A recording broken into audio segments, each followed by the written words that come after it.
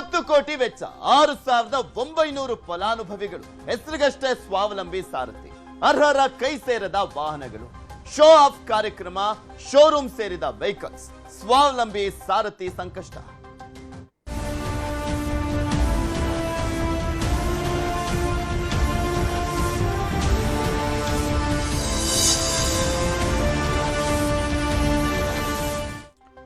ಬಡವರಿಗೋಸ್ಕರ ಶುರು ಮಾಡಿದ್ದು ಬರೀ ಶೋ ಆಫ್ ಗಷ್ಟೇನ ಈ ಕಾರ್ಯಕ್ರಮ ಅನ್ನುವಂತ ಪ್ರಶ್ನೆ ಎದ್ದಿದೆ. ಬಡವರ ದುಡಿಮೆಗೆ ಸರ್ಕಾರದಿಂದಲೇ ತಡೆಯನ್ನ ಹಾಕ್ಲಾಯ್ತಾ? ಅವರಿಗೆ ಅಂತಾನೆ ಶುರು ಮಾಡಿ ತಡೆಯನ್ನ ಹಾಕ್ತಾ ಸರ್ಕಾರ ಮಹತ್ವದ ಯೋಜನೆಗೆ ಇದೆಂತ ಹಿನ್ನಡೆ ಆಗ್ತಾ ಇದೆ? ಯಾಕೆ ಈ ರೀತಿಯಾಗಿ ನಿರ್ಲಕ್ಷ್ಯ ಬೇಜವಾಬ್ದಾರಿಯನ್ನ ತೋರಿಸ್ತಾ ಇದ್ದಾರೆ ಸಚಿವ ಶಿವರಾಜ್ ತಂಗಡಗಿ ಅವರೇ? ಏನಿದು ಕತೆ? ಶೋ ಆಫ್ಗೋಸ್ಕರ ಪೋಸ್ಟ್ ಕೊಟ್ಟೋದ್ರ ಅವತ್ತು ಕಾರ್ಯಕ್ರಮ ಮಾಡಿ ಶೋ ಆಫ್ಗೆ ಕಾರ್ಯಕ್ರಮ ಮಾಡಿ ಸುಮ್ಮನಾಗ್ಬಿಟ್ರ? ಸ್ವಾವಲಂಬಿ ಸಾರಥಿ ಯೋಜನೆಯಲ್ಲಿ ಗೋಲ್ಮಾಲ್ ಆಗಿದೆಯಾ? ಗೋಲ್ಮಾಲ್ ನಡೀತಾ ಇದೆಯಾ? ಸಿಎಂ ವಿತರಿಸಿದ್ದಂತ ಸಹಾಯಧನ ಎಲ್ಲೋಯ್ತು? ಅದು ಸಿಎಂ ವಿತರಣೆ ಮಾಡಿದ್ದು, ಅವರು ಚಾಲನೆ ಕೊಟ್ಟಿದ್ದಂಥದ್ದು ಸಹಾಯಧನ ಕೊಡ್ಲಾಗಿತ್ತಲ್ಲ, ಎಲ್ಲೋಯ್ತದು? ಬಡವರ ದುಡಿಮೆ ಕನಸಿಗೆ ಕೊಳ್ಳಿ ಇಡ್ತಿರೋದು ಯಾಕೆ ಸರ್ಕಾರ? ಏನಾಗ್ತದೆ ಹಿಂದುಳಿದ ವರ್ಗಗಳ ಇಲಾಖೆಯಲ್ಲಿ? ಯಾವ ರೀತಿಯ ಗೋಲ್ಮಾಲ್ ಮಾಡ್ತಾ ಇದ್ದಾರೆ? ಹಾಗಾದ್ರೆ ಆ ಹಣ ಎಲ್ಲ ಎಲ್ಲೋಗ್ತಾ ಇದೆ? ಸ್ವಾವಲಂಬಿ ಸಾರಥಿ ಯೋಜನೆಗೆ ಗ್ಯಾರಂಟಿ ಇಲ್ವಾ? ಗ್ಯಾರಂಟಿ ಅಂತ ಹೇಳ್ತಿರಲ್ಲ, ಇದಕ್ಕೆ ಯಾಕೆ ಗ್ಯಾರಂಟಿ ಕೊಡ್ತಾ ಇಲ್ಲ ಅಂತ. 209 ಕೋಟಿ ಯೋಜನೆ ಅಂತ ಹೇಳಿದ್ದಂತ ರಾಜ್ಯ ಸರ್ಕಾರ 6,900 ಫಲಾನುಭವಿಗಳಿಗೆ ವಾಹನವನ್ನ ವಿತರಣೆ ಮಾಡುವಂತ ಗುರಿಯನ್ನ ಇಟ್ಕೊಳ್ಳಲಾಗಿದೆ. 209 ಕೋಟಿ ವೆಚ್ಚದ ಯೋಜನೆ ಅಂತ ಸರ್ಕಾರನೇ ಹೇಳಿದ್ರು. 6,900 ಫಲಾನುಭವಿಗಳಿಗೆ ವಾಹನ ವಿತರಣೆ ಮಾಡುವಂತ ಟಾರ್ಗೆಟ್ ಅನ್ನ ಹಾಕೊಂಡಿದೆ. ಮಾರ್ಚ್ 26ರಂದು ವಿಧಾನಸೌಧದ ಮುಂದೆ ನಡೆದಿದ್ದಂತ ಕಾರ್ಯಕ್ರಮ, ಮಾರ್ಚ್ 26ನೇ ತಾರೀಕು ನಡೆದಿತ್ತು ಈ ಕಾರ್ಯಕ್ರಮ. 11 ನಿಗಮದ ಮೂಲಕ ಸ್ವ ಉದ್ಯೋಗಕ್ಕೆ ವಾಹನವನ್ನ ವಿತರಣೆ ಮಾಡಲಾಗಿತ್ತು. ಸಾಂಕೇತಿಕವಾಗಿ 150 ಫಲಾನುಭವಿಗಳಿಗೆ ವಾಹನವನ್ನ ವಿತರಣೆ ಮಾಡಲಾಗಿತ್ತು. ಟೋಟಲಿ 6,900 ಜನಕ್ಕೆ ಕೊಡಬೇಕು ಅನ್ನುವಂತ ಟಾರ್ಗೆಟ್. ಅದರಲ್ಲಿ 150 ಜನ ಫಲಾನುಭವಿಗಳಿಗೆ ವಾಹನ ವಿತರಣೆ ಮಾಡಲಾಗಿತ್ತು. ಸಬ್ಸಿಡಿಯಲ್ಲಿ ವಾಹನ ಸಿಕ್ತು ಅಂತ ಫಲಾನುಭವಿಗಳು ಖುಷಿ ಕೂಡ ಆಗಿದೆ. ಆದ್ರೆ ವಾಹನ ವಿತರಣೆ ಬಳಿಕ ಆಗಿದ್ ಮಾತ್ರ ವಿಚಿತ್ರ. ಇದುವರೆಗೂ ಫಲಾನುಭವಿಗಳ ಕೈ ಸೇರಿಲ್ಲ ವಾಹನಗಳು. ಆ ಫಲಾನುಭವಿಗಳಿಗೆ ಕೈ ಸೇರಿಲ್ಲ ವಾಹನಗಳು. ಫೋಟೋ ಶೂಟ್ ಬಳಿಕ ವಾಹನಗಳು ಶೋರೂಮ್ಗೆ ಹೋಗಿದ್ದಾವೆ. 6,900 ಟಾರ್ಗೆಟ್ ಇರಲಿ, 150 ಜನಕ್ಕೆ ಫಲಾನುಭವಿಗಳಿಗೆ ಕೊಡ್ತೀವಿ ಅಂತ ಹೇಳಿ ಅಲ್ಲಿ ಪೋಸ್ಟ್ ಕೊಟ್ರಲ್ಲ, ಅವ್ರಿಗೂ ಕೂಡ ಕೊಟ್ಟಿಲ್ಲ ವಾಹನಗಳನ್ನ. ಅದು ಬರೀ ಫೋಟೋ ಶೂಟ್ ಅಷ್ಟೇ ಸೀಮಿತ ಆಗಿದೆ. ಫೋಟೋ ಶೂಟ್ ಬಳಿಕ ವಾಹನಗಳು ಶೋರೂಮ್ಗೆ ಹೋಗಿದ್ದಾವೆ. ವಾಹನದ ಕೀ ಪಡೆದು ಮತ್ತೆ ವಾಪಸ್ ನೀಡುವಂತ ಸ್ಥಿತಿ ಕಾರ್ಯಕ್ರಮ ಅದು. ಅಲ್ಲಿ ನೋಡಿ, ನಿಮ್ಗೆ ತೋರಿಸ್ತಾ ಇದ್ದ ದೃಶ್ಯಾವಳಿಗಳನ್ನ ಕೂಡ ಏನ್ ಫುಲ್ ಬಿಲ್ಡಪ್, ಗ್ರೀನ್ ಬಾವುಟ, ಗ್ರೀನ್ ಸಿಗ್ನಲ್ ತರ. ಆದ್ರೆ ಅದಾದ ಮೇಲೆ ಎಲ್ಲ ವಾಪಸ್ ಶೋರೂಮ್ಗೆ ಗಾಡಿಗಳು. ಕಾರ್ಯಕ್ರಮ ಮುಗಿಸಿ ಬರಿಗೈಯಲ್ಲಿ ಫಲಾನುಭವಿಗಳು ವಾಪಸ್ ಆಗಿದ್ದಾರೆ. ಸಹಾಯಧನ ಬಿಡುಗಡೆ ಆಗಿಲ್ಲ ಅನ್ನುವಂತ ಸಬೂಬನ್ನ ಹೇಳ್ತಾ ಇದ್ದಾರಂತೀಗ. ಇದೆಲ್ಲದ್ರ ಬಗ್ಗೆ ಇನ್ನಷ್ಟು ಮಾಹಿತಿಯನ್ನ ಕೊಡ್ತಾ ಹೋಗ್ತಾರೆ ನಮ್ಮ ಪ್ರತಿನಿಧಿ ಕಾರ್ತಿಕ್. ನಮ್ಮ ಜೊತೆ ನೇರ ಸಂಪರ್ಕದಲ್ಲಿ ಜಾಯ್ನ್ ಆಗಿದ್ದಾರೆ. ಕಾರ್ತಿಕ್, ಶೋ ಆಫ್ಗೋಸ್ಕರ ಆ ಕಾರ್ಯಕ್ರಮವನ್ನ ಮಾಡಿದ್ರ ಅಂತ 150 ಜನಕ್ಕೂ ಕೊಡಕ್ಕಾಗಿಲ್ವಲ್ಲ? 6,900 ಟಾರ್ಗೆಟ್, 150 ಜನಕ್ಕಾದ್ರೂ ಅಲ್ಲಿ ಕೀ ಕೊಟ್ಟಿದ್ದಾರೆ, ಮತ್ತೆ ವಾಪಸ್ ಇಸ್ಕೊಂಡ್ರು ಅಂದ್ರೆ ಏನರ್ಥ? ದುಡ್ಡಿಲ್ಲ ಅಂತನ ಅಥವಾ ಇವ್ರ ಹೆಸರಲ್ಲಿ ದುಡ್ಡು ಹೊಡಿತಾ ಇದಾರೆ ಇವರು? ಪೃಥ್ವಿ, ನಿಶ್ಚಿತವಾಗಿ ಸ್ವಾವಲಂಬಿ ಸಾರಥಿ ಯೋಜನೆ ಮೂಲಕ ಸ್ವಾವಲಂಬಿ ಬದುಕನ್ನ ಕಟ್ಟುಕೊಟ್ಟಿದ್ದೇವೆ ಅಂತ ಹೇಳ್ಕೊಂಡಿರ್ತಕ್ಕಂಥ ಸರ್ಕಾರದ ನಿಜ ಬಣ್ಣ ಈಗ ಬಯಲಾಗಿದೆ. ಕಾರ್ಯಕ್ರಮ ಜಾರಿ ಮಾಡಿ 1 ತಿಂಗಳಾದರೂ ಕೂಡ ಇದುವರೆಗೂ ಫಲಾನುಭವಿಗಳಿಗೆ ಆ ಒಂದು ಯೋಜನೆ ತಲುಪಿಲ್ಲ. ಪ್ರಮುಖವಾಗಿ ಸಿಎಂ ಸಿದ್ದರಾಮಯ್ಯನವರೇ ಒಂದು ಕೀಯನ್ನ ಹಸ್ತಾಂತರ ಮಾಡಿರ್ತಾರೆ ಕಾರ್ಯಕ್ರಮದಲ್ಲಿ 4 ಜನ ಫಲಾನುಭವಿಗಳಿಗೆ. ಆ 4 ಜನರಿಗಾದ್ರೂ ಈ ಒಂದು ಯೋಜನೆ ತಲುಪಿದೆ ಅಂತ ಚೆಕ್ ಮಾಡಿದ್ರೆ ಅವರಿಗೂ ಕೂಡ ಒಂದೇ ₹1 ಹಣ ಮಂಜೂರಾಗಿಲ್ಲ. ಅಂದ್ರೆ ಯಾವ ಪುರುಷಾರ್ಥಕ್ಕೆ ಈ ಒಂದು ಕಾರ್ಯಕ್ರಮವನ್ನು ಸರ್ಕಾರ ಮಾಡಬೇಕಿತ್ತು ಅನ್ನುವಂಥ ಪ್ರಶ್ನೆ ಸಹಜವಾಗಿ ಮೂಡ್ತಾ ಇದೆ. ಈ ಸರ್ಕಾರ ಹೇಳ್ಕೊಳ್ಳೋದೇನಪ್ಪಾ ಅಂತಂದ್ರೆ ನಾವು ಹಿಂದುಳಿದವರ ಮತ್ತು ದಲಿತರ ಪರ ಅನ್ನುವಂಥದ್ದು. ದಲಿತರಿಗೆ ಮತ್ತು ಹಿಂದುಳಿದವರ ಕಲ್ಯಾಣಕ್ಕಾಗಿ ಇರತಕ್ಕಂಥ ಈ ಯೋಜನೆ ಏನಿದಿಲ್ಲ, ಈ ಯೋಜನೆಯನ್ನ ಜಾರಿ ಮಾಡಿ 1 ತಿಂಗಳಾದರೂ ಕೂಡ ಅವರಿಗೆ ಇವರು ಹಣ ಹಾಕೋದಿಲ್ಲ ಅಥವಾ ಅದಕ್ಕೆ ಸಂಬಂಧಪಟ್ಟಂತ ವಾಹನವನ್ನ ಇವರು ಕೊಡೋದಿಲ್ಲ ಅಂತಂದ್ರೆ ಈ ರೀತಿಯ ಸರ್ಕಾರ ಬೇಕಾ ಅನ್ನುವಂಥ ಪ್ರಶ್ನೆಗಳು ಕೂಡ ಸಹಜವಾಗಿ ಉದ್ಭವ ಆಗುತ್ತೆ. ಜೊತೆಗೆ ವಿಧಾನಸೌಧದಲ್ಲಿ ಏನು ಕಾರ್ಯಕ್ರಮ ಮಾಡಿದ್ರಲ್ಲ, ಆ ಒಂದು ಸಂದರ್ಭದಲ್ಲಿ 100 ವಾಹನವನ್ನು ಕೂಡ ಅಲ್ಲಿ ತಂದು ನಿಲ್ಲಿಸಲಾಗಿತ್ತು. ಹಸಿರು ನಿಶಾನೆಯನ್ನ ಸಿಎಂ ಸಿದ್ದರಾಮಯ್ಯನವರು ಸ್ವತಃ ತೋರಿಸಿದ್ರು ವಾಹನಗಳಿಗೆ. ಆದ್ರೆ ಆ ಒಂದು ಒಂದು ಕಾರ್ಯಕ್ರಮದ ಬಳಿಕ ಆ ಎಲ್ಲ ವಾಹನಗಳು ಮತ್ತೆ ಪುನಃ ಶೋರೂಮ್ ಅನ್ನು ತಲುಪಿದವೆ. ಇದು ಈಗಿರ್ತಕ್ಕಂಥ ಫಲಾನುಭವಿಗಳಿಗೆ ಪ್ರಶ್ನೆ ಆಗಿದೆ. ಹಾಗಾದ್ರೆ ನಮ್ಮನ್ನು ಯಾಕೆ ಕರೆದು ಇಲ್ಲಿ ಅವರು ಕಾರ್ಯಕ್ರಮವನ್ನು ಮಾಡಬೇಕಿತ್ತು? ಅಲ್ಲಿ ಹಸಿರು ನಿಶಾನೆಯನ್ನ ತೋರಿಸಿ ವಾಹನಕ್ಕೆ ಚಾಲನೆಯನ್ನ ಕೊಡ್ತಾರೆ. ಅದಾದ ನಂತರದಲ್ಲಿ ವಾಹನಗಳೆಲ್ಲವೂ ಕೂಡ ಶೋರೂಮ್ ಅನ್ನು ತಲುಪ್ತವೆ. ಆದ್ರೆ ನಾವೆಲ್ಲರೂ ಬರಿಗೈನಲ್ಲಿ ಮನೆಗೆ ವಾಪಸ್ ಬರಬೇಕಾದಂತ ಪರಿಸ್ಥಿತಿ ನಿರ್ಮಾಣ ಆಗಿತ್ತು. ಅದಾದ ನಂತರದಲ್ಲಿ ಅಲ್ಲಿರ್ತಕ್ಕಂಥ ಅಧಿಕಾರಿಗಳನ್ನ ಪ್ರಶ್ನೆ ಮಾಡಿದ್ರೆ 3 ದಿನದಲ್ಲಿ ನಿಮಗೆ ಹಣ ಬರುತ್ತೆ ಖಾತೆಗೆ, ಅಥವಾ ನಿಮ್ಮ ಜಿಲ್ಲಾ ಹಂತದ ಅಧಿಕಾರಿಗಳು ನಿಮಗೆ ಹಸ್ತಾಂತರವನ್ನು ಮಾಡ್ತಾರೆ, ನೀವ್ಯಾರು ಕೂಡ ಗಾಬರಿಯನ್ನು ಪಡಬೇಕಾಗಿಲ್ಲ ಅನ್ನುವಂತ ಒಂದು ಭರವಸೆಯನ್ನು ಕೊಟ್ಟು ಕಳಿಸ್ತಾರೆ. ಆದ್ರೆ ಮನೆಗೆ ಬಂದು 3 ದಿನದ ನಂತರದಲ್ಲಿ ಬ್ಯಾಂಕ್ ಹೋದ್ರೆ ಬ್ಯಾಂಕ್ಗೆ ಯಾವುದೇ ರೀತಿಯ ಹಣ ಬಂದಿರೋದಿಲ್ಲ. ಅಲ್ಲಿರ್ತಕ್ಕಂಥ ಜಿಲ್ಲಾ ಹಂತದ ಅಧಿಕಾರಿಗಳನ್ನ ಪ್ರಶ್ನೆ ಮಾಡಿದ್ರು ಕೂಡ ಅವರು ಕೇಂದ್ರ ಕಚೇರಿಯಿಂದ ನಮ್ಗೆ ಯಾವುದೇ ರೀತಿ ಮಾಹಿತಿ ಬಂದಿಲ್ಲ ಅನ್ನುವಂತ ಮಾತನ್ನ ಹೇಳಿ ಕಳಿಸ್ತಾ ಇದ್ದಾರೆ. ದಿನವೂ ಕೂಡ ನಿಗಮ ಮಂಡಳಿಯ ಕಚೇರಿಗೆ ಅಲಿದಾಡಬೇಕಾದಂತ ಪರಿಸ್ಥಿತಿ ಫಲಾನುಭವಿಗಳದಾಗಿದ್ರೆ, ಇನ್ನೊಂದು ಕಡೆ ಸರ್ಕಾರ ಹೇಳ್ಕೊಳ್ತಾ ಇದೆ ನಾವು ದಲಿತರ ಪರ ಹಾಗೆ ಹಿಂದುಳಿದವರ ಪರ ಅನ್ನುವಂಥದ್ದು. ಜೊತೆಗೆ ಈ ಯೋಜನೆಯನ್ನ ಆರಂಭ ಮಾಡಿದಂತ ಸಂದರ್ಭದಲ್ಲಿ ಬೆನ್ನನ್ನು ತಕ್ಕೊಂಡಿತ್ತು. 209 ಕೋಟಿಯ ಯೋಜನೆ ಇದು. ಜೊತೆಗೆ ಸ್ವಾವಲಂಬಿ ಬದುಕನ್ನು ನಾವು ಕಟ್ಟಿಕೊಡ್ತಾ ಇದ್ದೇವೆ, 6,000 ಜನರಿಗೆ ನಾವು ಇದನ್ನ ವಿತರಣೆ ಮಾಡ್ತಾ ಇದ್ದೇವೆ ಅನ್ನುವಂಥದ್ದನ್ನ ಸ್ವತಃ ಸಿಎಂ ಸಿದ್ದರಾಮಯ್ಯರು ಕೂಡ ಹೇಳ್ಕೊಂಡಿದ್ರು. ಆದ್ರೆ ಸಾಂಕೇತಿಕವಾಗಿ 150 ಜನರನ್ನ ಕರೆಸಲಾಗಿತ್ತಲ್ಲ, ಅವರಿಗಾದ್ರೂ ಇವರು ಯೋಜನೆಯನ್ನ ತಲುಪಿಸಬೇಕಿತ್ತು. ಈ ಒಂದು ಕಾರ್ಯಕ್ರಮವನ್ನು ಯಾಕೆ ಮಾಡಬೇಕಿತ್ತು? ಹಾಗಿದ್ರೆ ನಿಮಗೆ ಸರಿಯಾದ ಸಮಯದಲ್ಲಿ ಈ ಒಂದು ಯೋಜನೆಯನ್ನ ತಲುಪಿಸೋದಕ್ಕಾಗುದಿಲ್ಲ ಅಂತಂದ್ರೆ ಯಾವ ಕಾರಣಕ್ಕಾಗಿ ತರಾತುರಿಯಲ್ಲಿ ಲಕ್ಷಾಂತರ ಹಣವನ್ನು ಖರ್ಚು ಮಾಡಿ ವಿಧಾನಸೌಧದಲ್ಲಿ ಕಾರ್ಯಕ್ರಮವನ್ನು ಮಾಡಿದ್ರಿ? ಸಿಎಂ ಸಿದ್ದರಾಮಯ್ಯರು ಹಾಗೂ ಡಿಸಿಎಂ ಡಿ ಕೆ ಶಿವಕುಮಾರ್ನ ಕರೆಸಿ ನೀವು ಕಾರ್ಯಕ್ರಮ ಮಾಡ್ತೀರಿ. ಆದ್ರೆ ಕಾರ್ಯಕ್ರಮದ ಬಳಿಕ ಫಲಾನುಭವಿಗಳು ಯಾರಿಗೂ ಕೂಡ ಒಂದೇ ₹1 ಹಣ ಜಮಾ ಆಗುವುದಿಲ್ಲ. ಈ ಒಂದು ಟೆಕ್ನಿಕಲ್ ಸಮಸ್ಯೆ ಏನಾದರೂ ಇದ್ದಂತ ಸಂದರ್ಭದಲ್ಲಿ ಅದೆಲ್ಲವನ್ನ ಬಗೆಹರಿಸಿಕೊಂಡ ನಂತರದಲ್ಲಿ ಕಾರ್ಯಕ್ರಮವನ್ನು ಮಾಡಬಹುದಿತ್ತಲ್ಲ. ಎಲ್ಲ ಪ್ರಶ್ನೆಗಳು ಸಹಜವಾಗಿ ಮೂಡುತ್ತೆ. ಜೊತೆಗೆ ಇಲ್ಲಿ ಇನ್ನೂ ಒಂದು ಪ್ರಶ್ನೆ ಎದುರಾಗುತ್ತೆ ಪೃಥ್ವಿ. ಬೇರೆ ಬೇರೆ ಇಲಾಖೆಗಳಲ್ಲಿ ಕೆಲವು ಕಾರ್ಯಕ್ರಮಗಳನ್ನ ವಿಧಾನಸೌಧದಲ್ಲಿ ಮಾಡಲಾಗ್ತಾ ಇತ್ತು. ಅದೇ ಒಂದು ಕಾರಣಕ್ಕಾಗಿ ತನ್ನ ಒಂದು ಇಲಾಖೆಯಲ್ಲೂ ಕೂಡ ಒಂದು ಕಾರ್ಯಕ್ರಮ ಆಗಲಿ ಅನ್ನುವಂತ ಕಾರಣಕ್ಕಾಗಿ ಸಚಿವರು ಚಿಂತನೆಯನ್ನ ಮಾಡಿಕೊಂಡೇನಾದ್ರೂ ಈ ರೀತಿಯಾಗಿ ತರಾತುರಿಯಲ್ಲಿ ಕಾರ್ಯಕ್ರಮವನ್ನು ಮಾಡಿದ್ರೆ ಅನ್ನುವಂಥ ಪ್ರಶ್ನೆಗಳು ಸಹಜವಾಗಿ ಮೂಡ್ತಾ ಇದಾವೆ. ಒಟ್ಟಾರೆಯಾಗಿ ಕಾಂಗ್ರೆಸ್ ಸರ್ಕಾರ ದಲಿತರ ಪರ ಹಾಗೆ ಬಡವರ ಪರ ಅನ್ನುವಂಥದ್ದನ್ನ ಪದೇ ಪದೇ ಹೇಳ್ಕೊಳ್ಳುತ್ತೆ. ಆದ್ರೆ ಬಡವರ ಮತ್ತು ದಲಿತರ ಕಲ್ಯಾಣಕ್ಕಾಗಿ ಇರತಕ್ಕಂತ ಸ್ವಾವಲಂಬಿ ಸಾರಥಿ ಯೋಜನೆಯನ್ನ ಜಾರಿ ಮಾಡುವಲ್ಲಿಯೇ ಸರ್ಕಾರ ನಿರ್ಲಕ್ಷ್ಯ ವಹಿಸಿದೆ.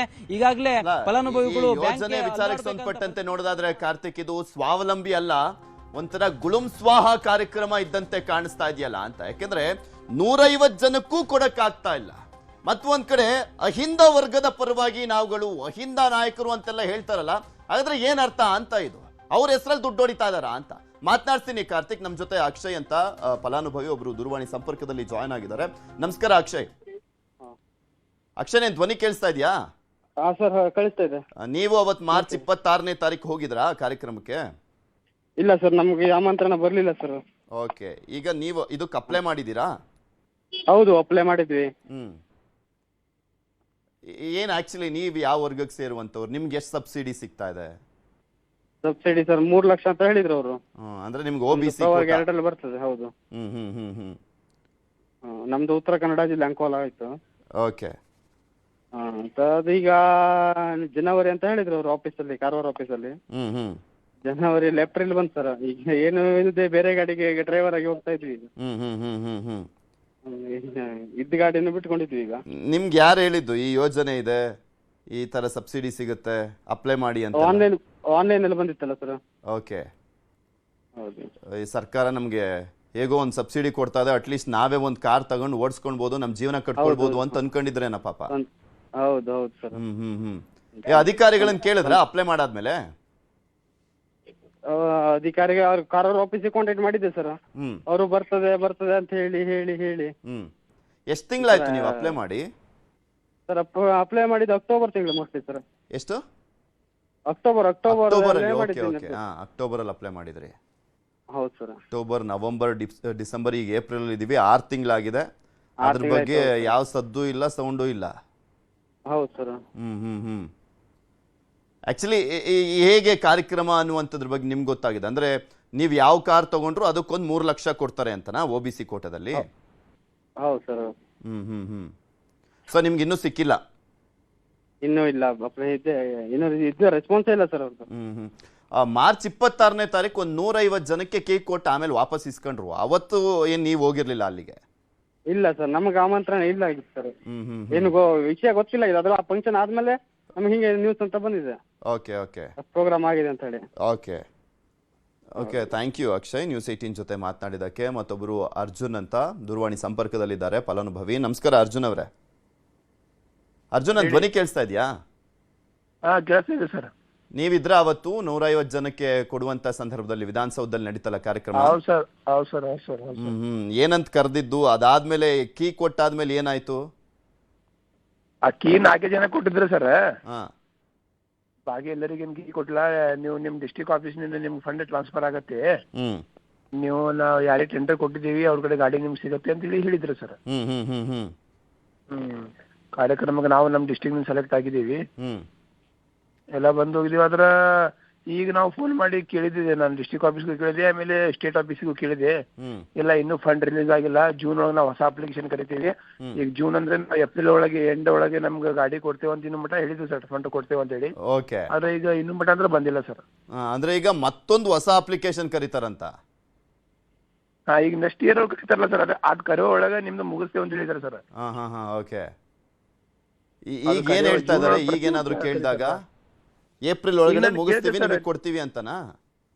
ಏಪ್ರಿಲ್ ಮಂತ್ ಒಳಗೆ ಮುಗಿಸ್ತೀನಿ, ನಿಮ್ಗೆ ಫಂಡ್ ಟ್ರಾನ್ಸ್ಫರ್ ಆಗುತ್ತೆ ಅಂತ ಹೇಳಿದಾರೆ ಸರ್. ಹ್ಮ್ ಹ್ಮ್ ಹ್ಮ್ ಹ್ಮ್ ನಮ್ ಡಿಸ್ಟ್ರಿಕ್ಟ್ ಆಫೀಸ್ ನಲ್ಲಿ ನಾ ಕೇಳಿದೆ, ಹಾ ಇಲ್ರಿ ನಾವು ಸ್ಟೇಟ್ ಆಫೀಸಿಗೆ ಫೋನ್ ಮಾಡಿದ್ಮೇಲೆ ನಮಗೂ ಹಂಗೆ ಹೇಳಿದ್ರ ಅವ್ರ. ಹ್ಮ್ ಹೌದ್ರಿ ನಿಮ್ಗೆ ಕಳಿಸ್ಕೊಡ್ತೀವಿ ಈ ಮಂತ್ ಒಳಗೆ ಅಂತ ಹೇಳಿ. ಹ್ಮ್ ಆದ್ರೆ ಇನ್ನು ಮಟ್ಟ ಕಳಿಸಿಲ್ಲ ಸರ್. ಈಗ ಇನ್ ಮಂತ್ ಅನ್ನಾಗ ಏನ್ ಸರ್, ಮತ್ತ ಅವತ್ತು ಸೆಲೆಕ್ಟ್ ಮಾಡಿದ್ದೇನು ಬಿಟ್ಟಿ ಪೋಸಿಗಂತ ಕರೆದಿದ್ದು ಅವತ್ತು? ಅದೇ ಹೇಳ್ತಿದ್ವಿ ಸರ್, ಯಾಕಂದ್ರೆ ಅವ್ರು ಅಂದಿದ್ರ ನೀವು ಇಲ್ಲಿಂದ ಹೋದ ತಕ್ಷಣ 3 ದಿನ ಒಳಗೆ ನಿಮ್ಗೆ ಫಂಡ್ ಸಿಗತ್ತೆ ಅಂತ ಹೇಳಿ. ಹ್ಮ್ ಹ್ಮ್ ಹ್ಮ್ ಹ್ಮ್ ಆದ್ರೆ ಇನ್ನು ಮಟ್ಟ ಸಿಗ್ಲಿಲ್ಲ. ಮತ್ತೆ ಡಿಸ್ಟ್ರಿಕ್ಟ್ ಆಫೀಸರ್ಗೂ ಕರೆಕ್ಟ್ ಮಾಹಿತಿ ಇಲ್ಲ ಸರ್. ಅದ ಸ್ಟೇಟ್ ಅವ್ರು ಏನ್ ಮಾಹಿತಿ ಕೊಡ್ತಾ ಇದಾರಲ್ಲ, ಡಿಸ್ಟ್ರಿಕ್ಟ್ ಆಫೀಸ್ಗೂ ಕರೆಕ್ಟ್ ಆಗಿ ಮಾಹಿತಿ ಸಿಗ್ತಾ ಇಲ್ಲ. ಫಂಡೇ ರಿಲೀಸ್ ಆಗಿಲ್ಲ ಅಂದ್ರೆ ಪಾಪ ಅವ್ರೇನ್ ಮಾಡ್ತಾರಲ್ವಾ? ಗೌರ್ಮೆಂಟ್ ಇಂದ ಫಂಡ್ ರಿಲೀಸ್ ಆಗ್ಬೇಕಲ್ಲ ಪಾಪ ಕೊಡೋದಕ್ಕೆ ಅವರಿಗೆ. ಹೌದು, ಸ್ಟೇಟ್ ಆಫೀಸಿಗೂ ನಾ 2-3 ಸಲ ಕಾಲ್ ಮಾಡಿ ಕೇಳಿದೆ ಸರ್. ಅವ್ರು ಬರೀ 10 ದಿನ ಆಗತ್ತೆ, 8 ದಿನ ಆಗತ್ತೆ, ಮಂತ್ ಎಂಡ್ ಆಗತ್ತೆ ಅಂತ ಹೇಳಿ ಹೇಳ್ತಾ ಇದಾರೆ ಸರ್. ಇದೊಂಥರ ಟೈಲರ್ ಶಾಪ್ ಮುಂದೆ ಹಾಕಿರ್ತಾರಲ್ಲ, ನಾಳೆ ಬಾ ಅಂತ. ಇದೊಂದು ಲೇಟ್ ಆಗ್ಬಿಟ್ಟಿದೆ ಸರ್. ಯಾಕಂದ್ರೆ ಈಗ ನೋಡ್ರಿ ಸರ್, ಈಗ ನಾವು ಗೂಡ್ಸ್ ವೆಹಿಕಲ್ ತಗೊಳ್ಳೋರಲ್ಲ, ಈಗ ಈ ಮಂತ್ ಒಳಗೆ ಸಿಕ್ಕರೆ ನಮ್ಗೆ ಮೇ ಮಂತ್ ಅಷ್ಟೇ ದುಡ್ಡಾಗಿರುವ, ಮಳೆಗಾಲದಲ್ಲಿ ಮತ್ತೆ ದುಡ್ಡಾಗ ಆಗಲ್ಲ ಸರ್. ನೀವು ಪಾಪ ಯಾವ ಗಾಡಿ ತಗೋಬೇಕು ಅನ್ಕೊಂಡಿದ್ರಿ? ನಾವು ಗೂಡ್ಸ್ ಗಾಡಿ ತಗೋತೀವಿ ಸರ್, ಅಶೋಕ್ ಲೇಲ್ಯಾಂಡ್. ಅಲ್ಲ, ಇದನ್ನ ನಂಬ್ಕೊಂಡು ಏನಾದ್ರು ಅಪ್ಲೈ ಮಾಡಿ ಆಲ್ರೆಡಿ ಲೋನ್ ಗಿನಲ್ಲಿ ಮಾಡಿಸಿ ಏನಾದ್ರು ತಗೊಂಡಿದ್ರೆ ಏನು? ಇಲ್ಲ ಸರ್, ಏನಿಲ್ಲ, ಇದೇ ಫಸ್ಟ್ ನಾವು ಬಡವರು ಸರ್. ನಾನು ಗ್ರಾಜುಯೇಟ್ ಅದೀನಿ, ಆದ್ರೂ ನಾನು ನಿರುದ್ಯೋಗಿ ಅದೀನಿ ಸರ್. ಅದಕ್ಕಾಗಿ ನಾನು ಈ ಯೋಜನೆ ಲಾಭ ತಗೊಂಡ, ಒಂದು ಗಾಡಿ ತಗೊಂಡ. ನಮ್ಗಡೆ ರಿಸಾರ್ಟ್ಸ್ ಎಲ್ಲ ಬಹಳ ತಗೊಲ್ಲ ಸರ್, ಸಂಸ್ಥೆ ಎಲ್ಲ, ಅದರೆಲ್ಲ ಬಾಡಿಗೆ ಸಿಗ್ತಾವ ಸರ್. ಅದು ಮಾಡಿದ ಅಂತೇಳಿ ಯೋಚನೆ ಮಾಡಿ ನಾನು ಅಪ್ಲಿಕೇಶನ್ ಹಾಕಿದ್ದೀನಿ ಸರ್. ಓಕೆ, ಧನ್ಯವಾದ ಅರ್ಜುನ್. ನ್ಯೂಸ್ 18 ಜೊತೆ ಮಾತನಾಡಿದಕ್ಕೆ. ನಮ್ಮ ಜೊತೆ ಕೀರ್ತಿ ಗಣೇಶ್ ಅವರು, ದೇವರಾಜು ಅರಸು ನಿಗಮದ ಅಧ್ಯಕ್ಷರು, ದೂರವಾಣಿ ಸಂಪರ್ಕದಲ್ಲಿ ಜಾಯ್ನ್ ಆಗಿದ್ದಾರೆ. ನಮಸ್ಕಾರ ಸರ್. ನಮಸ್ತೆ ಸರ್. ನಮಸ್ತೆ. ಏನಾಯ್ತು ಸರ್ ಈ ಯೋಜನೆ, ಸ್ವಾವಲಂಬಿ ಸಾರಥಿ ಯೋಜನೆ? ಸರ್, ಈ ಸ್ವಾವಲಂಬಿ ಸಾರಥಿ ಬಹಳ ಸಕ್ಸಸ್ಫುಲ್ ಆಗಿ ನಡೀತಾ ಇದೆ. ನೀವು ಮೊನ್ನೆ ಎಲ್ಲಿ ನಡೀತಾ ಇದೆ ಸರ್? ಇಲ್ಲ, 1 ಸೆಕೆಂಡ್ ಸರ್. ನಿಮ್ಮ ಮಾಧ್ಯಮದಲ್ಲೂ ಸಹ ನಾವು ನೋಡಿರ್ಬೋದು, ವಿಧಾನಸೌಧದಲ್ಲಿ ಮುಂಗಾಟದಲ್ಲೇನೆ ನೂರಾರು ವಾಹನಗಳನ್ನ ಕೊಟ್ಟಿದ್ದೀವಿ. ಈಗ ಅದರಲ್ಲಿ ಕೆಲವೊಂದು ಇಶ್ಯೂ ಇರುತ್ತೆ. ನಾವು ಕೊಡೋದು 3 ಲಕ್ಷ ಸಬ್ಸಿಡಿ ಕೊಡ್ತಾ ಇರ್ತೀವಿ. ಕೆಲವ್ರಿಗೆ ಅದರಲ್ಲಿ ಬ್ಯಾಂಕ್ ಅಲ್ಲಿ ಅವ್ರಿಗೆ ಲೋನ್ ಸಿಗ್ತಾ ಇರೋದಿಲ್ಲ, ಕೆಲವೊಂದು ವೆಹಿಕಲ್ಗೆ ಲೋನ್ ಸಿಗ್ತಾ ಇರೋದಿಲ್ಲ. ಸೊ ಹೀಗಾಗಿ ಒಂಥರ ಒಂದು ಸಮಸ್ಯೆ ಇದೆ. ಹಾಗಾಗಿ ನಾವೇನ್ ಮಾಡಿದೀವಿ, ಈಗ ಎಲ್ಲ ಯಾವ್ದೇ ವೆಹಿಕಲ್ ತಗೊಬೇಕು ಅಂದ್ರೆ ನಮ್ಮಲ್ಲಿ ಎಂಪೈನಲ್ಮೆಂಟ್ ಮಾಡ್ಕೊಂಡ್ಬಿಟ್ಟಿದೀವಿ. ಸುಮ್ನೆ ಅವ್ರು ಹೋಗೋದು ಬರೋದು ಮಾಡೋದು ಬೇಡ. ಸುಮ್ನೆ ಅವ್ರಿಗೂ ಪಾಪ ಕೆಲವರೆಲ್ಲಾನು ಗೊತ್ತಾಗೋದಿಲ್ಲ ಯಾವ ತರ ಮಾಡ್ಬೇಕು ಏನು ಅಂತ. ಬ್ಯಾಂಕ್ನ ಮುಂಚೆ ಬರೀ ನ್ಯಾಷನಲೈಸ್ ಬ್ಯಾಂಕ್ ಇತ್ತು, ಈಗ ಕಮರ್ಷಿಯಲೈಸ್ ಬ್ಯಾಂಕ್ಗೂ ನಮ್ಮ ಸರ್ಕಾರ ಬಂದ್ಮೇಲೆ ಮಾಡ್ಕೊಟ್ಟಿದೀವಿ. ಹಾಗಾಗಿ ಈಗ ಇನ್ನಷ್ಟು ವೇಗವಾಗಿ ಕೆಲಸ ಆಗುತ್ತೆ. ಯಾಕೆಂತಂದ್ರೆ ವೇಗವಾಗಿರ್ಲಿ. ಕೀರ್ತಿ ಗಣೇಶ್ ಅವರೇ, ನಿಮ್ ನಿಗಮದಲ್ಲಿ ಎಷ್ಟು ಕೊಟ್ರಿ ಸರ್? ನಮ್ ನಿಗಮದಲ್ಲಿ ನಾವು 21-22 ಯಾವ್ದು ಬಾಕಿ ಇತ್ತಲ್ಲ ಅದೆಲ್ಲ ಕಂಪ್ಲೀಟ್ ಮಾಡಿದೀವಿ. ಈಗ ಅಷ್ಟು ಸಹ ಎಲ್ಲಾ ಟಾರ್ಗೆಟ್ ನ ಕಂಪ್ಲೀಟ್ ಮಾಡಿದೀವಿ. ಒಂದ್ ಲೆಕ್ಕ ಇರುತ್ತಲ್ಲ, ಅವ್ರಿಗೆ ಬ್ಯಾಂಕ್ ಗ್ಯಾರಂಟಿ ಯಾರ್ಯಾರು ಬರ್ತಾ ಇದೆಯಲ್ಲ, ಡೈಲಿ ಅವ್ರಿಗೆ ಕೊಡ್ತಾನೆ ಇದೀವಿ ನಾವು. ಅದು ಕೊಡ್ತಾ ಇದೀರಾ, ಚೆನ್ನಾಗಿ ರನ್ ಆಗ್ತಾ ಇದೆ. ನೀವೇ ಹೇಳ್ತಾ ಇದೀರಾ 1 ವರ್ಷಕ್ಕೆ ನಾವು 1000 ವೆಹಿಕಲ್ ವರ್ಗೂ ಕೊಡ್ತೀವಿ ನಾವು. ಎಷ್ಟು ಆಯ್ತಾ? ಸರಿ ಸುಮಾರು 1000 ವೆಹಿಕಲ್ ಕೊಡ್ತೀವಿ ಪ್ರತಿ ವರ್ಷ. ಅಲ್ಲ, ಈಗ ಎಷ್ಟು ಕೊಟ್ಟಿದ್ದೀರಾ? 500-600 ಕೊಟ್ಬಿಟ್ಟಿದೀವಿ ಸರ್ ನಾವು ಆಲ್ರೆಡಿ. ದೇವರಾಜು ಆಲ್ರೆಡಿ ಕೊಟ್ಬಿಟ್ಟಿದ್ದೀವಿ. ಅಂದ್ರೆ ನಿಮ್ ನಿಗಮದಿಂದ 500-600 ಕೊಟ್ಟಿದ್ದೀರಾ?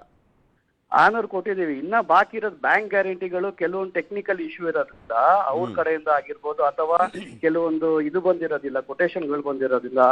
ಹಾಗಾಗಿ ಅಂತವ್ ಮಾತ್ರ ಪೆಂಡಿಂಗ್ ಇರುತ್ತೆ ಹೊರತು ಯಾವ್ದು ಬಂದಿದೆ ಡೈಲಿ ಓಕೆ, ಒಂದ್ ಕ್ಲಾರಿಟಿ ಕೊಟ್ಬಿಡ್ತೀನಿ. ಅವತ್ತು 150 ಜನನ್ ಕರ್ಸ್ಬಿಟ್ಟು ವೆಹಿಕಲ್ ಕೊಟ್ಟು ಗ್ರೀನ್ ಫ್ಲಾಗ್ ಎಲ್ಲ ತೋರಿಸಿದ್ರಿ ಅಲ್ವಾ? ಆ ಒಂದೊಂದು ಡಿಸ್ಟಿಕ್ ಇಂದಲೂ ಇಷ್ಟು ಜನ ಅಂತ ಸೆಲೆಕ್ಟ್ ಮಾಡಿ ಕರ್ಕೊಂಡೋಗಿ ಅಲ್ಲಿ ಪೋಸ್ ಎಲ್ಲ ಕೊಡ್ಲಾಯ್ತು. ಆ ಸೆಲೆಕ್ಟ್ ಮಾಡಿದಂಥವ್ರು ಹೇಳ್ತಾ ಇದ್ದಾರೆ, ಸರ್ ಅಲ್ಲಿ ಕರ್ಕೊಂಡು ಹೋಗಿದ್ ಬಿಟ್ರೆ ಅವಾಗಿಂದ ಫೋನ್ ಮಾಡಿ ಕೇಳ್ತಾನೆ ಇದೀವಿ ಡಿಸ್ಟ್ರಿಕ್ಟ್ ಆಫೀಸ್ ಅವ್ರಿಗೆ ಮತ್ತೆ ಮೇನ್ ಸ್ಟೇಟ್ ಆಫೀಸ್ ಅವ್ರಿಗೂ. ಅವ್ರು ಕೇಳ್ದಷ್ಟು ಅನುದಾನ ಬಿಡುಗಡೆ ಆಗಿಲ್ಲ. ಏನು ಪ್ರಾಬ್ಲಮ್ ಇಲ್ಲ ಅಂತ ಈಗಷ್ಟೇ ಒಬ್ರು ಮಾತನಾಡ್ತಿದ್ರು ನಿಮ್ಮನ್ನ ಕನೆಕ್ಟ್ ಮಾಡ್ಲಿಕ್ಕೂ ಮುಂಚೆ. ಅದು ತಪ್ಪಾದಂತ ಒಂದು ಅಲಿಗೇಷನ್. ತಪ್ಪಾದ ಅಲಿಗೇಷನ್. ಯಾರಾದ್ರೂ 3 ಲಕ್ಷಕ್ಕೋಸ್ಕರ ಏನೇನೋ ಮಾತನಾಡ್ತಾರ? ಅಲ್ಲ, ಒಂದ್ ಸೆಕೆಂಡ್ ಸರ್ ಕೇಳಿ. ಈಗ ಯಾರಿಗೆ ವೆಹಿಕಲ್ ಸಿಕ್ಕಿದೆಯಲ್ಲ ಅವ್ರು ಮಾತ್ರನೇ ಬರಕ್ ಆಗೋದು. ಅವ್ರದೇ ವೆಹಿಕಲ್ ಅಲ್ಲಿ ಬಂದಿರೋದು. ನೀವು ಫಸ್ಟ್ ಆಫ್ ಆಲ್ ನೀವೇನು ಅಲಿಗೇಷನ್ ಮಾಡ್ತಾ ಇದೀರೋ ಫಸ್ಟ್ ಅಲಿಗೇಷನ್ ಅಲ್ಲ. ಈಗಷ್ಟೇ ಅರ್ಜುನ್ ಅನ್ನುವಂತ ಒಬ್ಬ ವ್ಯಕ್ತಿ ಫಲಾನುಭವಿ, ಅವ್ರನ್ನ ಬೇಕಿರ್ ಕರ್ಕೊಂಬಂದ್ ಲೈನ್ ಅಪ್ ಮಾಡ್ಬಿಟ್ಟು ಕೂರಿಸ್ತೀವಿ ನಾವು. ಆಯ್ತು ಸರ್, ಸುಮ್ನೆ ಅಲಿಗೇಷನ್ ಪಾಪ ಅವ್ರು ಯಾಕೆ ಮಾಡ್ತಾರೆ? ಒಂದು ವೆಹಿಕಲ್ ಗೋಸ್ಕರ. ಯಾಕೆ ಅಂತಂದ್ರೆ ವೆಹಿಕಲ್ ಬಂದಿರೋರು ಯಾರು ವೆಹಿಕಲ್ ತಗೊಂಡಿರೋರು ಮಾತ್ರನೇ ಅವ್ರು ಬಂದಿರೋದು. ಸಿಕ್ಕಿಲ್ದಿರೋರು ಬೇರೆ ಇದಾರೆ, ನಾನು ಒಪ್ಕೊಂತೀನಿ. ಅದು ಸಿಕ್ಕಿರೋ ಲಿಸ್ಟ್ ಬೇರೆ ಇದೆ. ಅದ್ರಲ್ಲಿ ಟೆಕ್ನಿಕಲ್ ಪ್ರಾಬ್ಲಮ್ ಇದೆ. ಅವ್ರು ಯಾರು ಅಂತ ನಾವು ಕಳ್ಸಿಕೊಟ್ರೆ ನಾವು ನೋಡ್ಬೋದು ಅವ್ರದ್ದು ಏನ್ ಸಮಸ್ಯೆ ಇದೆ ಏನಿದೆ ಅಂತ. ಯಾಕೆ ಅಂತಂದ್ರೆ 3 ಲಕ್ಷ ಮಾತ್ರ ನಾವು ಕೊಡೋದು, ಬಾಕಿ ಇರೋ ಉಳಿಕೆನ ಅವರೇ ಹಾಕ್ಬೇಕಾಗತ್ತೆ. ಅವರೇ ಲೋನ್ ಮುಖಾಂತರ ತಗೊಬೇಕಾಗತ್ತೆ ಸರ್. ನೀವು ಒಂದು ಅರ್ಥ ಮಾಡ್ಕೊಳ್ಳಿ. ಸರಿ, ಈಗ ಕೀರ್ತಿ ಗಣೇಶ್ ಅವರೇ ನೀವು ಹೇಳ್ತಾ ಇದ್ರಿ ಈ 500 ವೆಹಿಕಲ್ ಕೊಟ್ಟಿದೀವಿ ಅಂತ ಅಲ್ವಾ? ಹೌದು ಸರ್. ಓಕೆ, ನಮ್ಮ ರಿಪೋರ್ಟರ್ನ ಕಳಿಸ್ತೀವಿ, ಅದನ್ನ ಲೆಕ್ಕ ಕೊಟ್ಬಿಡಿ. ಕರೆಕ್ಟ್ ಆಗಿ ತಪ್ಪು ಮಾಹಿತಿ ಹೋಗೋದು ಸರ್, ಕಳಿಸಿ, ಇವತ್ತೇ ಕಳಿಸಿ. ದೇವರಾಜು ಅರಸು ನಿಗಮದಿಂದ 2025ರಿಂದ 26ನೇ ಸಾಲಲ್ಲಿ 500 ವೆಹಿಕಲ್ ಕೊಟ್ಟಿದ್ದೀರಾ ನೀವು? ಹೌದೌದು, ಕಳಿಸಿ. ನಾನು ಎಲ್ಲಾ ಡೀಟೇಲ್ಸ್ ಕೊಡ್ತೀನಿ ನಿಮ್ಗೆ ಇನ್ ಡೀಟೇಲ್. ಯಾರ್ದಾರ್ದು ಏನೇನು ಪ್ರಾಬ್ಲಮ್ ಆಗಿದೆ, ಸ್ಟಾಪ್ ಆಗಿದೆ. ಕೀರ್ತಿ ಗಣೇಶ್ ಅವರೇ, ನೀವ್ ಇಷ್ಟೊಂದೆಲ್ಲ ಹೇಳ್ತಾ ಇದ್ದೀರಾ. ಸಚಿವರನ್ನ ಕೇಳಿದ್ವಿ, ಶಿವರಾಜ್ ತಂಗಡಗಿ ಅವರಿಗೆ. 150 ಜನ ಅವತ್ತು ಫಲಾನುಭವಿಗಳು ಅಂತ ಒಂದು ಕಾರ್ಯಕ್ರಮ ಮಾಡಿದ್ರಲ್ಲ, ಅವರಿಗೆ ಕೊಟ್ಟಿಲ್ವಂತೆ, ಅವರೇ ಒಪ್ಕೊಂಡಿದ್ದಾರೆ. ಶಿವರಾಜ್ ತಂಗಡಗಿ ಅವರು ಒಪ್ಕೊಂಡಿದ್ದಾರೆ. ಸರ್ ಒಂದ್ ಸೆಕೆಂಡ್ ಕೇಳಿ. ದೇವರಾಜ ಅರಸು ನಿಗಮದ ಅಡಿಯಲ್ಲಿ ಹಿಂದುಳಿದ ವರ್ಗ ನಿಗಮದಲ್ಲಿ 11 ವಿವಿಧ ನಿಗಮಗಳು ಬರುತ್ತೆ. ಅರ್ಥ ಆಯ್ತಾ? 11 ವಿವಿಧ ನಿಗಮಗಳು ಸೇರಿಸಿ 150 ಫಲಾನುಭವಿಗಳು ನಾವು ಕೊಟ್ಟಿದ್ದೀವಿ ನಾವು. ಆಯ್ತಾ? ನೀವ್ ಬೇಕಾದ್ರೆ ಅವ್ರನ್ನು ಬೇಕಾದ್ರೆ ನೀವ್ ಬಂದ್ರೆ ಅದ್ರದ್ದು ಡೀಟೇಲ್ಸ್, ಯಾರು ಫಲಾನುಭವಿಗಳು ಬಂದಿದ್ರು, ಯಾರು ಬಂದಿದ್ರು, ಯಾರಿಲ್ಲ, ಯಾರು ಕಂಪ್ನಿಯವ್ರು ಬಂದ್ರು, ಅದನ್ನು ಕೊಡ್ತೀನಿ. ಓಕೆ, ಹಂಗೆ ಇರಿ ಸಂಪರ್ಕದಲ್ಲಿ. ಅವತ್ ಬಂದಿದ್ರಲ್ಲ 150 ಜನದಲ್ಲಿ ಒಬ್ರು ಅರ್ಜುನ್ ಅಂತ ಇದಾರೆ ಫಲಾನುಭವಿ, ಅವ್ರನ್ನು ಮಾತನಾಡ್ತೀನಿ. ಅರ್ಜುನ್ ಅಂತ ಧ್ವನಿ ಕೇಳ್ತಾ ಇದೆಯಾ ಸರ್? ಬಹಳ ಕಡಿಮೆ ಕೇಳಿಸ್ತದೆ, ಕಿರಿಕಿರಿ ಆಗ್ತಾ ಇದೆ. ಈಗ ಹೇಳಿ ಸರ್, ಹೇಳಿ. ಅಲ್ಲ, ನಿಮ್ಗೆ ಏನ್ ಪ್ರಾಬ್ಲಮ್ ಆಗಿರೋದು? ನಿಮ್ ಲೋನ್ ಏನಾದ್ರೂ ಪ್ರಾಬ್ಲಮ್ ಆಗಿದ್ಯಾ ಅಥವಾ ಸರ್ಕಾರದಿಂದ ಅನುದಾನ ಬಂದಿಲ್ಲ ಅನ್ನುವಂಥದ್ದು ಪ್ರಾಬ್ಲಮ್? ಅವತ್ 150 ಜನದಲ್ಲಿ ನೀವು ಹೋಗಿದ್ರಲ್ಲ ಸರ್. ಲೋನಿನ ಏನ್ ಸಮಸ್ಯೆ ಇಲ್ಲ ಸರ್. ನಂದು ಸಿವಿಲ್ ರೇಟ್ 788 ಇದೆ ಸರ್. ನನಗೆ ಕೆನರಾ ಬ್ಯಾಂಕ್ ನಿಂದ 5,60,000 ರೂಪಾಯಿ ಲೋನ್ ಎಲ್ಲ ಸ್ಯಾಂಕ್ಷನ್ ಆಗಿದೆ ಸರ್. ಆದ್ರೆ ಇನ್ನು ಫಂಡ್ ನಮ್ಗೆ ಟ್ರಾನ್ಸ್ಫರ್ ಆಗ್ಲಿಲ್ಲ ಸರ್. ನಿಮ್ದು ಯಾವ ನಿಗಮದ ಅಡಿಯಲ್ಲಿ ಕೊಡ್ಬೇಕಾಗಿತ್ತು? ನಂದು ದೇವರಾಜ ಅರಸು ನಿಗಮ ಮಂಡಳಿ ಸರ್. ಆ ಅಧ್ಯಕ್ಷರೇ ಇದಾರೆ ಕೀರ್ತಿ ಗಣೇಶ್ ಅವರು. ಕೀರ್ತಿ ಗಣೇಶ್ ಅವರೇ, ಅವ್ರ ಧ್ವನಿ ಕೇಳಿಸ್ತಾ ಇದೆಯಾ? ಕೇಳಿಸ್ತಾ ಇದೆ ಸರ್, ಹೇಳಿ ಸರ್. ಅರ್ಜುನ್ ಅವರೇ ಹೇಳಿ. ಈಗ ಇವರೇ ಓಕೆ ಮಾಡ್ತಾರೆ, ಯಾವ್ದು ಪ್ರಾಬ್ಲಮ್ ಇಲ್ಲ ಅಂತ ಹೇಳ್ತಿದ್ದಾರೆ. ನಿಮ್ ಸಮಸ್ಯೆ ಹೇಳಿ ಕೀರ್ತಿ ಗಣೇಶ್ ಅವ್ರಿಗೆ. ಸರ್ ನಿಮ್ದು ಸೆಲೆಕ್ಷನ್ ಆಗಿದೆ ಸರ್. ನಿಮ್ದು ಸರ್ ನಮಸ್ಕಾರ. ಸರ್ ನಮಸ್ಕಾರ, ಹೇಳಿ ಸರ್. ಸರ್ ಹೇಳಿ ಸರ್. ನಂದು ಎಲ್ಲ ಕ್ಲಿಯರ್ ಇದೆ ಸರ್. ನಾನು ಡಿಸ್ಟ್ರಿಕ್ಟ್ ಆಫೀಸ್ಗೂ ಹೋಗಿ ಬಂದಿದ್ದೀನಿ ಸರ್. ಮತ್ತೆ ಮೊನ್ನೆ ಒಂದು 8 ದಿನ ಹಿಂದೆ ಹೇಮಲತಾ ಮೇಡಮಿಗೂ ಮಾತಾಡ್ತೇನೆ ಸರ್ ಬೆಂಗಳೂರು ಆಫೀಸ್ ನಲ್ಲಿ. ಅವರು ಫಂಡ್ ಟ್ರಾನ್ಸ್ಫರ್ ಆಗ್ತದೆ ಹೇಳಿದ್ರು ಸರ್. ಆದ್ರೆ ಮಟ್ಟ ಆಗ್ಲಿಲ್ಲ ಸರ್. ನಾ ಬ್ಯಾಂಕಿಗೂ ಹೋಗಿ ಬಂದೆ ಸರ್. ಆಮೇಲೆ ನಮ್ ಡಿಸ್ಟ್ರಿಕ್ಟ್ ಆಫೀಸ್ ನಲ್ಲಿ ಸರ್ DM ಸರ್ಗೂ ಮಾತಾಡಿ ಬಂದೆ ಸರ್. ಮಂತ್ 8 ಮಟ್ಟ ಒಂದೇ ನಿಮ್ದು ಎಲಿಜಿಬಿಲಿಟಿ ಬಂದು ಹೆಡ್ ಆಫೀಸ್ ಬಂದು ಎಷ್ಟು ಆಗಿದೆ? ಈಗ ನಾನು ಅದ ಕಾರ್ಯಕ್ರಮ ಬಂದಿದ್ದೆ ಸರ್. ಎಷ್ಟು ದಿವಸ ಆಗಿದೆ ಸರ್ ಬಂದು? ಡಿಸ್ಟ್ರಿಕ್ಟ್ ಆಫೀಸಿಂದ ಒಂದ್ ತಿಂಗಳ ಮೇಲೆ ಆಗಿವೆ ಸರ್. ಅದ 1 ತಿಂಗಳಾಗಿದ್ಯಾ? ಮಂತ್ ಐತ್ ಸರ್. 1 ತಿಂಗಳಾಗಿದೆ ಸರ್. ನೋಡಿ, ಅವ್ರದ್ದು ಬಂದು ಹೆಡ್ ಆಫೀಸ್ ಬಂದು 1 ತಿಂಗಳಾಗಿರೋದು. ಇಲ್ಲ ಆಗಿದೆ, ಎಂಡ್ ಹೇಳ್ತೀನಿ ಕೇಳಿಸ್ಕೊಳ್ಳಿ. ಅದ್ರದ್ದು ಈಗ financial year ending 1 month FD financial year clearance ವರ್ಗು ನಿಮ್ದು ಏನು ಯಾವ್ದೇ ತರ ಬಿಲ್ ಪಾಸ್ ಆಗೋದಿಲ್ಲ ನಿಮ್ಗೆ. 15 ಡೇಸ್ ಅಲ್ಲ, ಮುಗ್ದೋಯ್ತಲ್ಲ ಮಾರ್ಚ್ ಅಲ್ಲಿ ಫೈನಾನ್ಷಿಯಲ್ ಇಯರ್ ಎಂಡಿಂಗ್ ಆಗೋಯ್ತಲ್ಲ sir. Correct sir. March 15th ಹೇಳಿ, ಈಗ ಅನಲೈಸ್ ಆಗ್ತಾ ಇದೆ. 15th ವರ್ಗೂ ಮುಗ್ದೋಯ್ತು. ಅದಾದ್ಮೇಲಿಂದ ಎಲ್ಲಾರ್ದು DBT ಸ್ಟಾರ್ಟ್ ಆಗ್ತಾ ಇದೆ. ಓಕೆ, ಈಗ ಸ್ಟಾರ್ಟ್ ಆಗ್ತಾ ಇದೆ ನೋಡಿ. 100% ಸರ್. ಆ ತರ ಯಾವ್ದೂ ಡಿಲೇ ಆಗಲ್ಲ. ಪ್ರತಿ ದಿವಸ ರಿಪೋರ್ಟ್ ನೋಡ್ತಾ ಇದೀವಿ. ಆ ತರ ಆಗೋದಿಕ್ ಸಾಧ್ಯ ಇಲ್ಲ. ಓಕೆ ನಾನು ಅದೇ ಹೇಳ್ತಾ ಇರೋದು, ಡಿಸ್ಟ್ರಿಕ್ಟ್ ಆಫೀಸ್ ಇಂದ ಯಾವತ್ತು ಬರುತ್ತೆ, ಯಾಕಂದ್ರೆ ಅವ್ರದ್ದು ಎಲಿಜಿಬಿಲಿಟಿ ಟೆಸ್ಟ್ ಆಗುತ್ತೆ. ಅವ್ರದ್ದು ಏಜ್ ಆಗಿರ್ಬೋದು, ಅವ್ರದ್ದು ಕಮ್ಯುನಿಟಿ ಆಗಿರ್ಬೋದು, ಅವ್ರದ್ದು ಇನ್ಕಮ್ ಸರ್ಟಿಫಿಕೇಟ್ ಆಗಿರ್ಬೋದು, ಎಲ್ಲ ವೆರಿಫಿಕೇಶನ್ ಆಗಿ ನಮ್ಮ ಹೆಡ್ ಕ್ವಾರ್ಟರ್ಸ್ ಬರುತ್ತೆ. ಹೆಡ್ ಕ್ವಾರ್ಟರ್ಸ್ ಬಂದು ಇಮಿಡಿಯೇಟ್ ಆಗಿ ನಾವು ಅವ್ರಿಗೆ ಕಳ್ಸಿಕೊಡ್ತೀವಿ ಸರ್. ಯಾವ್ದೇ ತರ ನೀವು ನೋಡಿ, ನಮ್ದು ನೀವು ಲೋನ್ ಸ್ಕೀಮ್ ನೋಡ್ಬೋದು, DBT ಆಗಿರ್ಬೋದು, 90% ಇದಿದೆ. ಓಕೆ ಓಕೆ ನಮ್ಗೇನಿಲ್ಲ ಸರ್. ಇದೆ. ಹಾಗಾಗಿ ಸರ್ ಯೋಜನೆ ಬರೀ ಹೆಸರಲ್ಲಿ ಉಳಿಬಾರ್ದು, ಪೇಪರ್ ಅಲ್ಲಿ ಇರಬಾರ್ದು, ಅವರಿಗೆ ತಕ್ಕಂತೆ ಹೋಗ್ಬೇಕು, ಸ್ವಾವಲಂಬಿ ಹೆಸರಲ್ಲಿ ಗುಳುಂ ಸ್ವಾಹ ಆಗಬಾರ್ದು ಅನ್ನುವಂಥದ್ದು ಅಷ್ಟೇ ಇಂಟೆನ್ಷನ್. ಈ ಸಮಸ್ಯೆನ ಬಗೆಹರಿಸ್ತೀರಾ ಅಂತ ಅಂದ್ಕೊಳ್ತೀವಿ. ಧನ್ಯವಾದ ನ್ಯೂಸ್ 18 ಜೊತೆ ಮಾತನಾಡಿದ್ದಕ್ಕೆ.